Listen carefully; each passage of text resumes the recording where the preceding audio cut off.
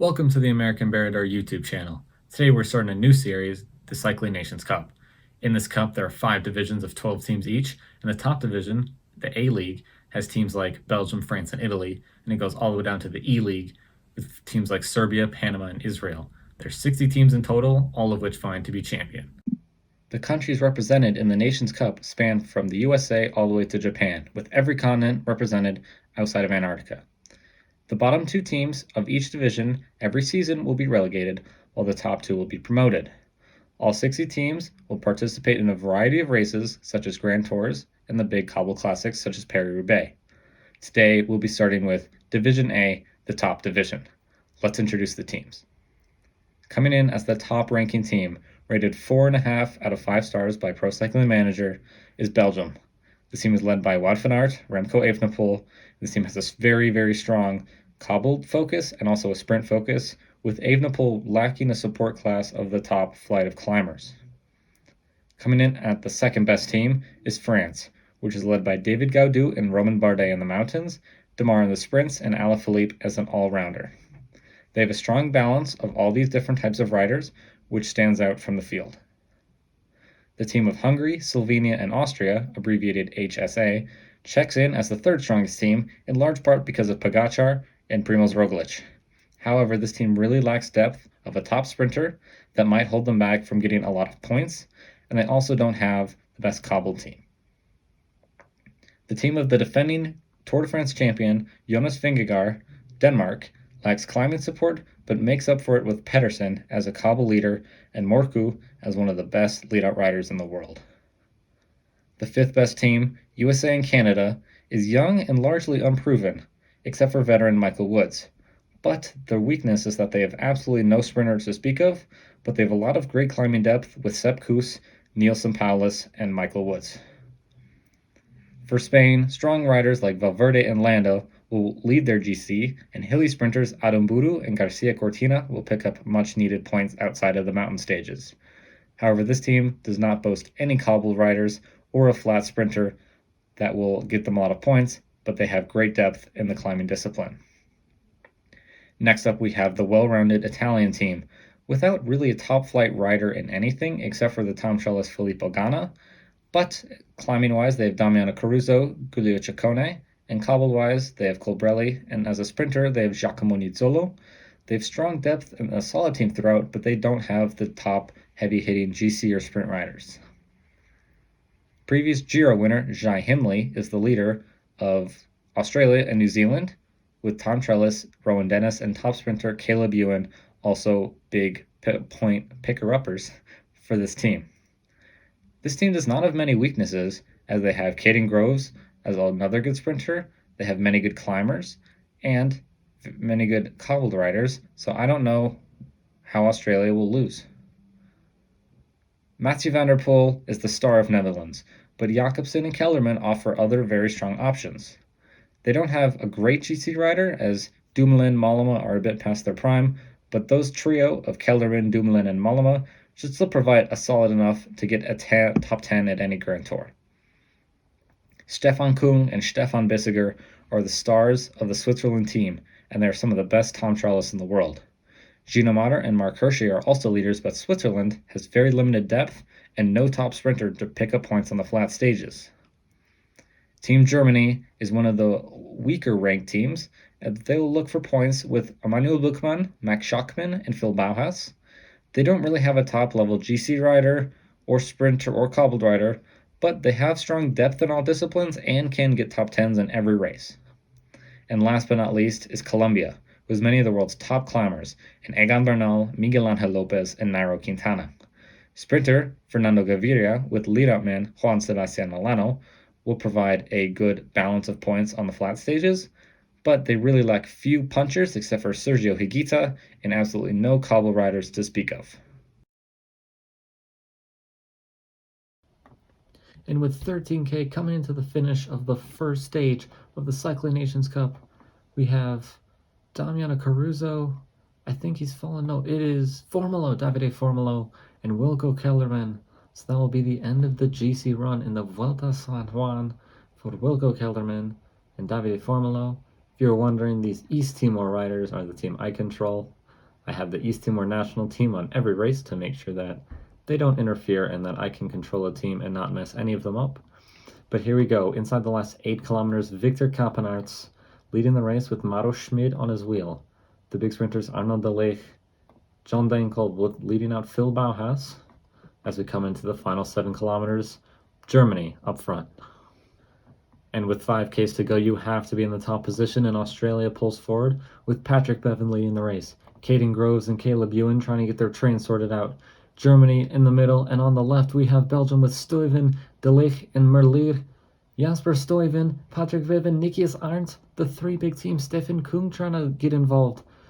But Arnaud De Ligt on the left, but on the right Caden Groves and Caleb Ewan. Ewan leading the race. Fernando Gaviria trying to come off his wheel, but Ewan up the middle is too strong. He's too fast, and Gaviria will have to settle for second. Phil Bauhaus in third, Greeneweg in 4, Merlier top 5, and all the way down Nizzolo, Buhani, Degenkolb, Kasper Asgren, and Pale Bilbao is the top 10. But too strong for Caleb Ewan, and what a lead out from Caleb Groves to win the first race of this Cycling Nations Cup. In the second stage of the Vuelta San Juan in Argentina, we have Remy Cavagna leading the race by 3 minutes. It's a solo breakaway rider. If anyone can do it, Cavagna can, but I think this will come down to another Ewan, Gaviria, Tim Merlier battle at the end of this pancake flat stage. As the race approaches the last 15 kilometers, Remy Cavagna is just outside of the peloton's reach, but Victor Kampenaerts will close down those 40 seconds, I am sure, with Van Wilder, Kamna, Geschke. Very strong riders, but a valiant effort in the solo break of Remy Cavagna. And as we approach the 5 kilometer banner, it's Kampenaerts still hammering on the front with Ilan Van Wilder, Mauro Schmid. I don't even know who Switzerland's sprinter is, but maybe Schmid will try it himself. But all of a sudden, Nikias Arndt, Degenkolb, and Phil Bauhaus looking to do better than they did last race and deliver Bauhaus with a victory. Only the top 3 on all these stages get points. So if you're not on the podium, you get nothing. Here we go. It's Bauhaus with Guillaume Boivin, but Patrick Bevan on the right-hand side. Caleb Ewan is detached, so Degenkolb's going with Bauhaus, and it slows. No one has any energy left. But Bauhaus sprints Boivin, but it's Nasser Bouhani trying to come out of the wheel. Phil Bauhaus, and all of a sudden, Nizzolo blocked, and Caleb Ewan's going to repeat. Giacomo Nizzolo was blocked, and he won't even get podium. Bauhaus and Nasser Bouhani, then Nizzolo, Gruneweg, and Asgreen again with a pretty good sprint. Guillaume Boivin, nice top 10 for the Canadian. Where was Belgium with Arnaud Delage and Tim Merlier? Nowhere to be seen in 7th. Wow. Giacomo Nizzolo should have had it, but big time block, and Caleb Ewan, 2 out of 2 for Australia. In the third stage, a hilly time trial, Yves Lampaert, the stage winner of the time trial on the Tour de France, comes to the line and won't even beat his teammate Ilan Van Wilder, who has the early race lead. A possible overall contender, Tiemann Adelsman for the Dutch, is coming up in the last half a kilometer, and he will take third as Caruso since then has taken the provisional lead. This time trial favors those who can climb small hills, such as the Dique Punta Negra, to finish the race, and Remy Cavagna maybe not able to do that, but he's still a good time trialist. And what can he produce at the line as he catches Van Poppel? Cavagna is buried in 12th. Disaster for the Frenchman. Jan Tratnik, always thereabouts in any time trial. The Slovenian national champion comes to the line.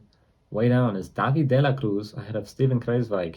So it's obvious that the top climbers really are taking the top spots, and just the pure flat time trialists will not be very competitive this race. Soren Kragh Andersen looking to take the lead, but no, Tom Dumoulin, who has since taken the lead, is Kragh Andersen all the way down in 20th place, as David de la Cruz Paulus Bissiger, for not being able to climb mountains very well, 4th place is a very good result for him. Egan Bernal, one of the pre-race favorites for the GC, will need a good result here to stay in it in a race with Jonas Vingegaard and an entire Spanish armada challenging. In 26th place, 42 seconds down. That is no good for Bernal, and that will really hurt his overall chances. Just a few seconds later, maybe his teammate Dani Martinez can be their GC hope, and he goes into 3rd place.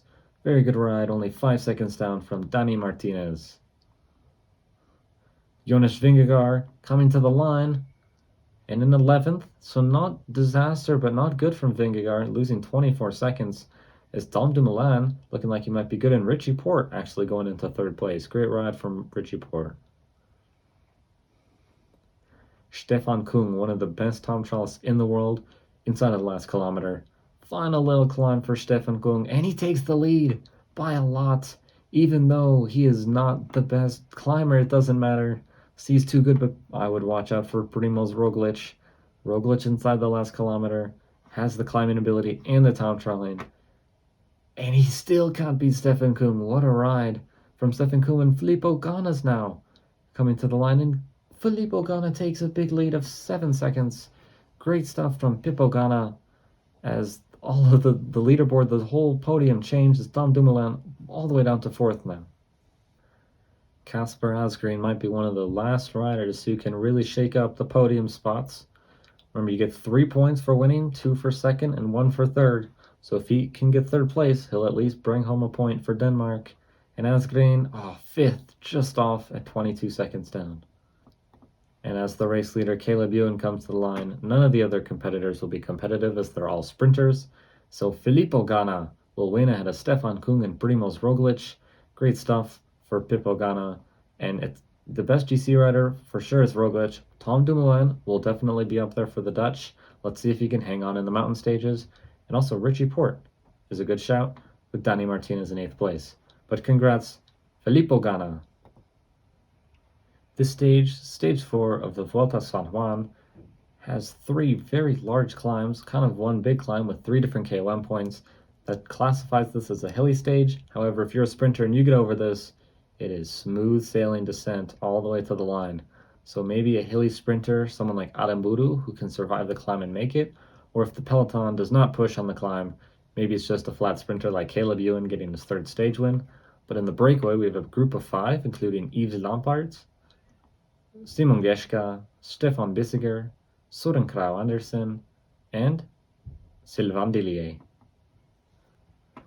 Richie Porte is punctured, but good stuff from George Bennett to get him back into the pack as we are approaching the 3 climbs. We have 5 kilometers to the top of the first one, as the breakaway has a 6.5 minute lead over the pack and looks to be competing for the KOM jersey on this climb. Jan Polanc on the front of the pack seems to be in no rush. And it seems like all the big sprinters will get over, and this will be a day for Caleb Ewan or Tim Merlier. And I may have been incorrect. With 15k to go, the breakaway still has a lead of 3.5 minutes. And it seems like the peloton left it way too late. Jan Tratnik in panic mode with Domenico Pozzovivo, Felix Großschartner trying to chase him down. But I don't think they will. And it's Bissiger, Kragh Andersen, Lampaert, Geschke, and Dillier on stage 4 of San Juan that will be vying for the lead. Hugo Hull with a desperate attack, but I don't think that he will catch up 3 minutes, as it looks like maybe the Swiss with their 2 teammates, no one else has a teammate in the breakaway, and Leonard Kamna and Jasper Stuyven go down. Poor guys, as Kamna's GC bid is over. But back to the front of the race. It's Geschke, Dillier, and Kragh Andersen, Yves Lampaert, and Stefan Bissiger just making Lampaert do the work. And he catches up, but with 5k to go, Dillier still hammering on the front. Kragh Andersen, the best sprinter in this group, is probably Kragh Andersen, but it is going to be close. A lot of them around 72 sprint. So this should be an exciting and upset, unpredictable winner from this top 5 group. 2 kilometers to go. Stefan Bissiger looks like he's leading out Sylvain Dillier. Bissiger goes Dillier on his wheel. Kragh Andersen in the middle with Sylvain Dillier up the middle, but then it's Stefan Bissiger. The Lido man himself is going to win. Maybe you would have thought he won in the time trial, but he will win in the hilly sprint. And Dillier, his own teammate, and Switzerland goes 1-2 on a hilly stage. Who would have thought it? And Roman Bardet, meanwhile, is trying to gain some time over his rivals, but Groenewegen will shut him down, and he will win the sprint from the bunch unless Buhani has anything to say. No, it is Groenewegen ahead of Buhani, but they left it too late, and they were 2.5 minutes back. They weren't even close. So what a play by the Swiss, putting 2 guys up there, and that is a valuable 5 points for a Switzerland team that after the time trial maybe didn't go exactly how they wanted, with Ghana taking the win from Kung. They respond very well with a 1st and 2nd. Great stuff from Stefan Bissiger. Here we are at the Queen stage of the Volta San Juan as we go up this mighty mountain. Not super steep, but it is enduring throughout, just very grindy, and it will take a very good climbing performance to win. Before that, we have two Category 2 climbs and then a Category 3, and we have Mikel Landa trying to make the breakaway with Formolo, and the peloton seems to be letting them go, and so many riders flying up the field. Rigoberto Uran, George Bennett, Ilan van Wilder, Michael Woods, 10 riders ahead of the pack, but now Asgreen trying to chase him down. I'll let you know what the established breakaway ends up being. After Mikel Landa and Davide Formolo dropped and got caught, it is Uran, Sivikov, David de la Cruz. We have Beo Bilbao, George Bennett, Campagnard, Van Wilder, and Michael Woods. However, Denmark and Mikkel Bjerg, Switzerland and Stefan Kung will not let them go, as many riders like Michael Woods is dropping just on the shallow incline of this Cat 3 because of how hard the race has been so far. Ilan van Wilder, Pavel Sevikov, and Rigoberto Uran have all been dropped, and it looks like it'll just be George Bennett, Bilbao, De La Cruz, and Campagnards, as Fuglsang and Mikkel Bjerg do not let up from the main field. And now David de la Cruz has been dropped, and he'll be caught, and now there's only 3 riders as Denmark continues to try and chase them down. Campagnards, Bennett, and Bilbao, they must not like the Bilbaos in the breakaway, and this is hurting the field as Asgreen and Davide Formolo have been dropped. Remy Cavagna has attacked and joined the group of 4, but they still only have an 80-second advantage as Matthias Gelmos Jensen wants none of it, and it looks like the breakaway is doomed and will not have another breakaway stage win. The Alto de Colorado, a 20-kilometer climb, is beginning now as Remy Cavagna is the only one surviving from the breakaway, as the other 3 put too much in early and will be caught by the main field, now led by Jan Tratnik, and it looks like it'll be a tough road for Remy Cavagna. He won't make it, and Jan Tratnik trying to get a win for Primoz Roglic in the final sprint up the climb.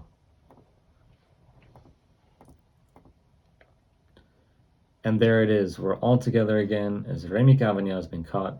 Peloton is down to 64 riders out of the 72 original, so already 8 riders off the back, as Switzerland trying to hold this thing together, I assume, for Gino Mader and Sebastian Reichenbach, so those will probably be their leaders, as Maro Schmid on the front. And never mind, Gino Mader off the back, along with Peo Bilbao in the breakaway. So I don't know what Switzerland is doing. Stefan Bissiger, the race leader, is out. So Switzerland went from genius yesterday to just total confusion and having no idea what's going on today. Meanwhile, Damiano Caruso is leading the race, but Jan Tratnik and Primoz Roglic look set to take it from him. I think Switzerland might be going for Reichenbach, but I see him nowhere. So who knows what they're doing. And now Primoz Roglic puts in an attack. Richie Porte and Simon Geschke. Simon Geschke trying to be a GC rider, and it seems to have been a little bit too tough for the German, as Egan Bernal and Rigoberto Uran trying to bring Primoz back, but this looks like a determined Primoz. I don't think you're bringing him back. He has 30 seconds as Uran, Tom Dumoulin, Matteo Jorgensen, Hugo Hull. Good ride from Sean Quinn, Jorgensen, and Hugo Hull. Trying to lead it out for Mick Woods as Uran is done. 2K to go, 35 seconds for Primoz Roglic. And the Slovenian, he looks too strong, but he looks okay now in a little bit of difficulty. He's bobbing a little bit over the bike. It's Dani Martinez is going to try and get him. Hugo Hull is ready for the sprint. And we have Demon Arnesman, Paulus, but all of the riders run out of energy, except for Primoz Roglic. He was the only one who had it. He was up for the challenge, and Roglic will win convincingly. Jonas Vingegaard will sprint for second. Bardet, Higuita, Pozzovivo, Hugo Hull will get 6th. Great ride from the Canadian nevertheless. But Primoz Roglic way stronger than everyone else, and he blew them away. Vingegaard might have been the only one who could have been able to keep up, but he left it way too late and will end up finishing 2nd place. And here is Primoz with his very good stage win by 28 seconds over Jonas Vingegaard. Bardet was 37 back, and in the GC, Soren Kragh Andersen keeps a 7-second lead over Primoz Roglic, with Dillier in 3rd, Ghana in 4th, and Vingegaard in 5th. Wow, Soren Krauw Andersen, you would not have thought he would have hung on, but what a great ride. Simon Geschke, still in 6th place, Yves Lampaert in 9th, so because of that breakaway, the whole GC is turned on its head. Dillier keeps the KOM, Ewan still with the points, but Roglic coming close. And young rider is Sergio Higuita, but I was not expecting Soren Krauw Andersen to have a chance at winning this thing overall. The penultimate stage of the Vuelta a San Juan is led off by Ilan van Wilder attacking, but this is crucial for the Roglic versus Krauw Andersen battle. There's a little climb, not categorized, but it could be tough, and Krauw Andersen needs to stay right at the front if he wants to win this thing overall.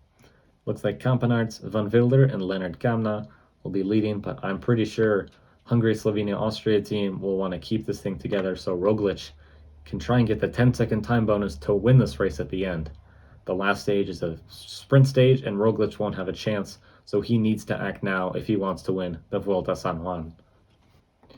Inside the last 20 kilometers, in stage 6 of the Vuelta a San Juan, it's just Van Wilder and Kamna as Kampenaerts has dropped, trying to help his compatriot Ilan van Wilder as we approach the final little climb. It's not a big one, and Van Wilder seems to be the strongest. And with 8 kilometers to go, in the peloton, it's Hugo Hull, led by Jonas Vingegaard. Hugo Hull trying an attack. Now Rigoberto Urán with Bardet, Nasser Bouhanni. So it's a mix of GC riders and sprinters. As who's going to come out on top? Kamna still trying to hold off the field. Ilan van Wilder still has a chance. And now Patrick Bevan, the New Zealander on the Australia-New Zealand team, he's going to give it a go. As the peloton's held up, the peloton is waiting, and Hugo Hull's going to try and pounce on that with Michael Woods. And then they sprint again. But I think they're giving this to Ilan van Wilder. If Van Wilder can just stay strong, this doesn't look hard enough to drop Krauw Andersen either. As no one has anything, Michael Woods trying an attack. But with a minute in hand, Ilan van Wilder might make this 2 wins for the breakaway if he can just hang on. Michael Woods, Caleb Ewan, Groenewegen, Bauhaus, Nizzolo, all the big sprinters up front with Roglic. Still, he needs to win if he wants to win this race, but none of them are going to catch Ilan van Wilder, the young Belgian, probably the 12th strongest rider on a 12-man team for Belgium, gets a huge win. Michael Woods, 2nd place. Ewan grabs another point in 3rd. But the Belgian won as no one could chase him down at the end. Roglic looks like he'll be unsuccessful as he is in 8th. Krauw Andersen just 2 spots back in 10th. As long as there's no time gap there, this will be won by Krauw Andersen. Wow, who would have thought Van Wilder would win a stage and Krauw Andersen would win the GC? Now let's just confirm there was no time gap, and there was not. Soren Krauw Andersen, incredible. With only a sprint stage to go, he should win this race. Remy Cavagna is just trying to get the most kilometers out front, even though it does not matter at all. Proud of you, Remy Cavagna. You've been in the breakaway except for the 2 stages that it actually won. But anyways, Cavagna by himself in the last stage, a short, flat sprint stage, and let's see if Caleb Ewan can make it a hat trick. Unfortunately for Cavagna, today will not be his day, as with 58 kilometers to go, he is caught by the peloton. So Cavagna could not do it out front as they approach the 2nd intermediate sprint point. And Lennart Kamna leading out, Phil Bauhaus, Caden Groves leading out Caleb Ewan. And Ewan looks like he'll take it, and I think he has pretty much locked up the points jersey as he is 15 points ahead of Dylan Groenewegen. You have to love Pro Cycling Manager's logic to have Jonas Vingegaard, of all people, leading the race for his teammate. What a great teammate is Jonas Vingegaard, and he is absolutely no sprinter, but it doesn't matter. Great stuff from Jonas. In 11K, Lennart Kamna is leading the race with Simon Geschke on his wheel. Kampenaerts, Bennett, Lampaert, and Emmanuel Buchmann with Jack Haig. So no actual sprinters, but all of the climbing teammates are helping out by leading this race. Simon Geschke also 6th overall. What a result for the German. Anyways, as we go over the physically impossible bridge, we have no sprinters to be seen. Oh, here's Caden Groves and Caleb Ewan, so they're all just waiting in the wings with 6K to go. No team making their move just yet. Maybe Fernando Gaviria creeping up just a little bit, but it's still led by Victor Kampenaerts As here we go with Patrick Bevan, Groves, and Ewan. Patrick Bevan with 4 kilometers to go. He's got to maybe take the lead soon. And he's trying. Is Campenarts still trying to take the lead? What a workhorse Campenarts has been. But Patrick Bevan, Groves, and Ewan, with 2Ks to go, someone's got to start sprinting. And here we go. John Degenkolb leading out Phil Bauhaus, but Caden Groves and Ewan. Ewan comes out of his wheel, 700 meters to go. And Dylan Groenewagen's going to try and steal it, but no one can steal it from Caleb Ewan. Caleb Ewan makes it 3, and pure dominance in the sprints. Groenewagen tried, Buhani tried, the Belgians were nowhere, and it is Caleb Ewan once again. What a job by Ewan, and Caden Groves as his leadout man. Also love to point out that Peo Bilbao sprinted to 7th place, which is incredible. Good job, Peo. As we see the GC winner, Soren Kragh Andersen, picking up huge points and unexpected points for Denmark. They left Mats Pedersen at home. They didn't think this would be their time, but they go 1st and 5th. Roglic 2nd, and Sylvain Dillier for Switzerland 3rd. So Switzerland are geniuses, and I just didn't know it. Ghana also getting 4th, Gieshka 6th. Dillier also picking up best climber, so what a race that Switzerland was supposed to do nothing at. They exceeded expectations in so many ways. Caleb Ewan will pick up the points for the points classification, 20 points ahead of Dylan Groenewagen. Young rider, good job Sergio Higuita. Overall, a Colombia team that did not do much, but Higuita was the bright spot. Jorgensen, Arnesman, Ayuso, all within 10 seconds. And for the team, it is Italy, just ahead of Netherlands, and then USA, Canada. So Italy will pick up a nice point for winning the team classification. In the rider overall standings, we see Soren Kragh Andersen with 11 points with the lead, tied with Caleb Ewan, who had the 3 stage wins, Roglic, who got 2nd place in a stage win, Dillier, what a surprise to be in 4th, Ghana in 5th, and Jonas Vingegaard in 6th. As for the nations, we have Denmark with 15 points and a great performance, leading the way, Switzerland a shocking 2nd place, Australia 3rd, HSA 4th, Italy 5th, round out the top 5, and Spain got no points. Thank you so much for watching, and if you made it all the way through the video, that's awesome. Thank you so much. I hope you really liked it. Please leave a like, subscribe, and let me know any suggestions you have in the comments. Until next time.